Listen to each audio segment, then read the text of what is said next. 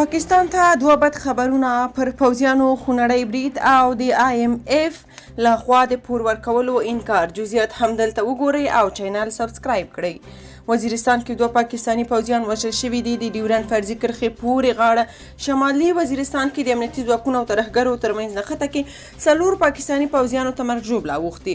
د پوځ ویان ویلي چې دا پیښه د شمالي وزیرستان په د تخیل سیمه کې د پوځیانو پر یوې پوسته باندې د وسلوالو د برید له امله رامنځته شوې ده چې په نتیجه کې 2 پوځیان وژل شوي او 2 نور ټپیان شوي دي. د پوځ په خبره په پیښه کې وژل شوي دواړه د پنجاب د کوټلي سیتا سیمې اوسیدونکي وو. دغه برید پړه تر اوسه پورې کمې وسلوالې ډلې په غاړه نه ده اخیستې. بلخوا د پیسو نړیوال صندوق وايي پاکستان ته د اوس لپاره پور نشو ورکولی.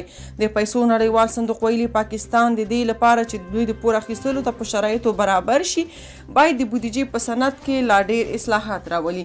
اسلام آباد کې د پیسو د نړیوال صندوق استازي ایسټر پریزر لویدیځو رسنیو ته ویلي چې دا یې لومړی اټکل او شرط دی. تر دې وړاندې د شهباز شریف د حکومت د مالی وزیر مفتا اسماعیل هم منلې وه چې د پیسو نړیوال صندوق د هیواد د بودیجې پر سند ملاحظات لري، خو د ژمنه کړې وه چې د پیسو د نړیوال صندوق په خوښه اصلاحاتو ته چمتو دی. د یاد صندوق چارواکي وایي چې د پاکستان د بودیجې په سند کې ځینې لګښتونه او عواید ګم دي او دوی له چارواکو په اړه وضاحت غوښتی.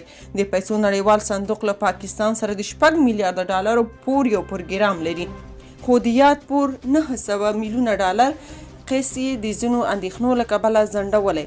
دا کار د پاکستان پر اقتصاد د خورا سخت فشار سبب شوی او د پاکستاني کلدارو ارزښت د ډالرو پر وړاندې د تاریخ تر ټولو ټیټې کچې ته رسولی دی.